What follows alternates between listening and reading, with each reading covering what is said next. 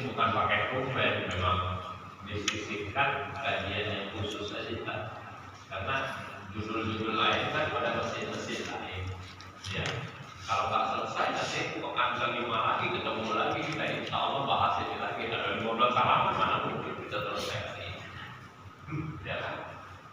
Coba kita lihat dalam surat Al-An'am ayat 102. Sekarang waktu yang telah ditentukan buat kami telah datang. Oleh penyelenggara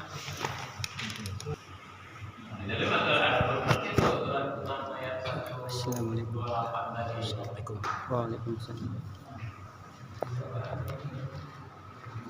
Ya, baca.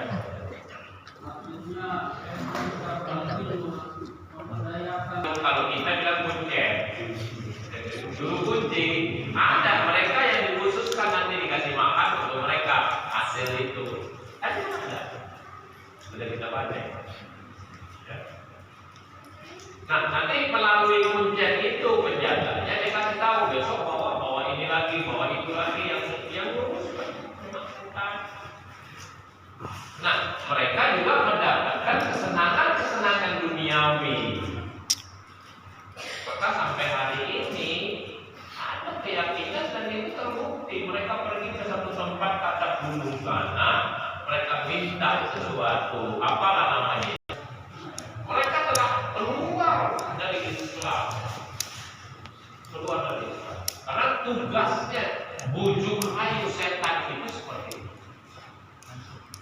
Syekh Abdul Rahman As-Sa'di rahimahullah berkata, jin atau setan, ya, jin disebut setan juga. Nanti kalau kurang puas tanya kenapa jin disebut setan juga, ya. Nah, golongannya tetap jin, perbuatannya setan, ya. Jin mendapatkan kesenangan dengan manusia mentaati, menyembah, mengagungkan, berlindung kepadanya, berbuat syirik, kufur yang terjadi akidahnya. Itu kata Syekh Abdul Rahman As-Sa'di. Ya.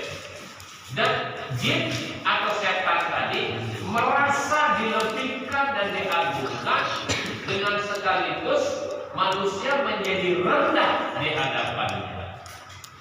Menjatuhkan diri, rendah.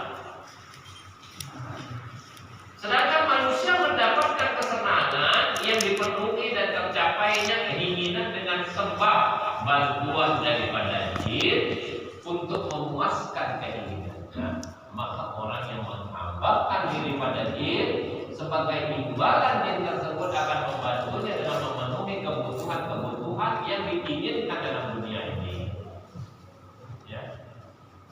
Nah, makanya bisa terjadi seperti itu. Ternyata dulu sudah dibahas masalah ini, bukan hanya hari ini saja, teman.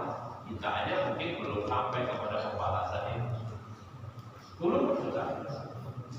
Ya. Jadi begitu tugas setan itu sebenarnya kafirlah kalian. Setelah manusia jadi kafir, dia pun menjawab, aku lepas diri. Kan tugasnya sudah selesai. Ini kata Syekh Abdul Rahman As-Sa'di, tugasnya sudah selesai. Artinya dia telah berhasil menggelincirkan akidah orang beriman. Yang orang kafir tidak satu ngomongin.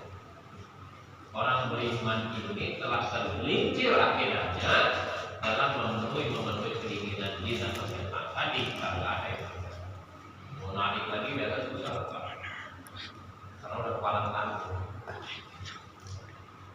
Nah, biasa dia berkoalisi dengan orang-orang munafik di antaranya. Coba kita lihat dalam surat 59 ayat 16. Ayat 16.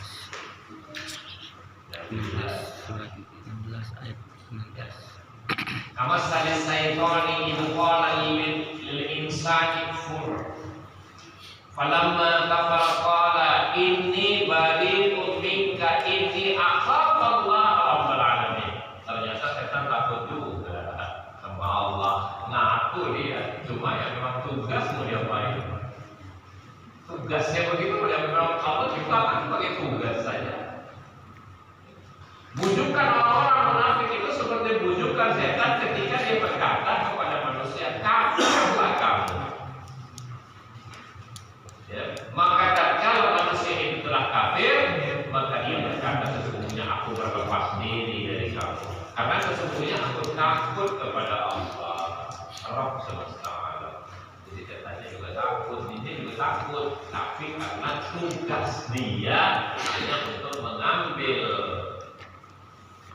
iman itu. Ya. Ayat 17. Maka kesudahan fakana akibatahuma annahuma fil nari khalidain fiha wa dzalika jazaa'ul zalimin. Maka adalah kesudahan keduanya siapa? Setan dan manusia. Kedua-duanya bahwa sesungguhnya keduanya masuk ke dalam neraka, mereka kekal di dalamnya, demikian balasan orang-orang yang berzalim. Kenapa dikatakan kekal dalam ayat ini? Karena akidahnya sudah menjadi kafir yang namanya.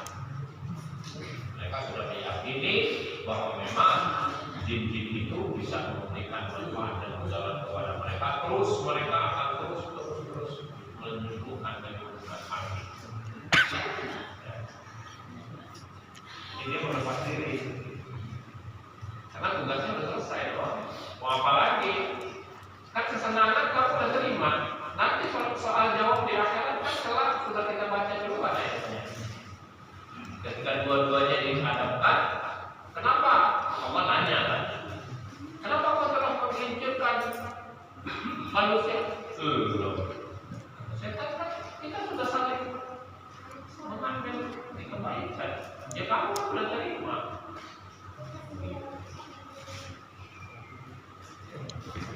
Adapun hukum kumbal atau sesajen dalam Islam, maka hukumnya haram dan haram. Mempersembahkan kumbal, yang berarti mengeluarkan sebagian harta dengan tujuan untuk mendekatkan diri kepada Allah yang semestinya, tapi mereka menyuguhkan untuk berhala-berhala atau untuk jin mereka, untuk setan mereka. Pada dasarnya kata Allah dalam surat An-Nisa ayat 117 dan 114 sampai 119 ini rupanya disuruh sama setan semua. Surat An-Nisa, kita mulai dari ayat bukan 117. Iya dauna min dunihi illa inatha wa iya dauna illa syaitanan marida. Yang mereka sembah selain Allah itu tidak lain hanyalah berhala. Betul? Adalah berhala. Dan dengan menyembah berhala itu mereka tidak lain hanyalah menyembah setan yang berhala. Footnote-nya lagi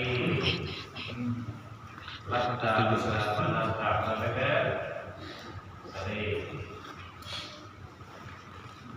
kata atau makna dimaksud ialah wanita-wanita patung-patung berhala yang dijumlah dari itu biasanya diberi nama dengan nama-nama perempuan sebagai Al-Asa, Al-Hujjah, dan Mana. Dapat juga berarti di sini orang-orang mati, benda-benda yang tidak sejenis dan benda-benda yang lemah. Termasuk orang-orang mati mereka. Sampai hari ini banyak loh yang menyembuhkan orang mati. Nama dia, di daerah kita disuguhkan untuk orang mati yang mereka anggap orang mati bisa mengunjungi, bahkan bisa ikut makan. Ya tapi juga ya boleh buat. Kadang-kadang juga orang-orang alim ikut ngomong ini dia masuk, akhirnya semua ikut percaya juga. Beberapa tahun yang lalu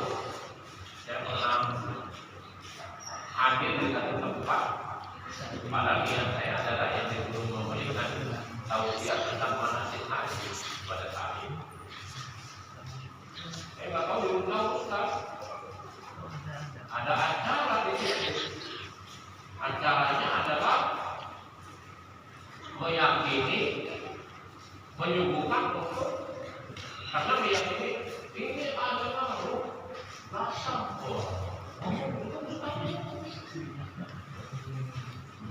karena tujuan kita datang ke sana dulu sahabat saya namanya Pak Ade di daerah Tangerang sana, mungkin sebagian saya sudah kenal juga. Saya undang untuk memberikan manasik haji, tata cara manasik haji. Ya. Tiba-tiba diundang, kirim-kirim lah macam-macam tuh ya, kirim Fatihah untuk rutin, dan begitu lanjut tahunnya dia ngomong. Hari ini grup datang di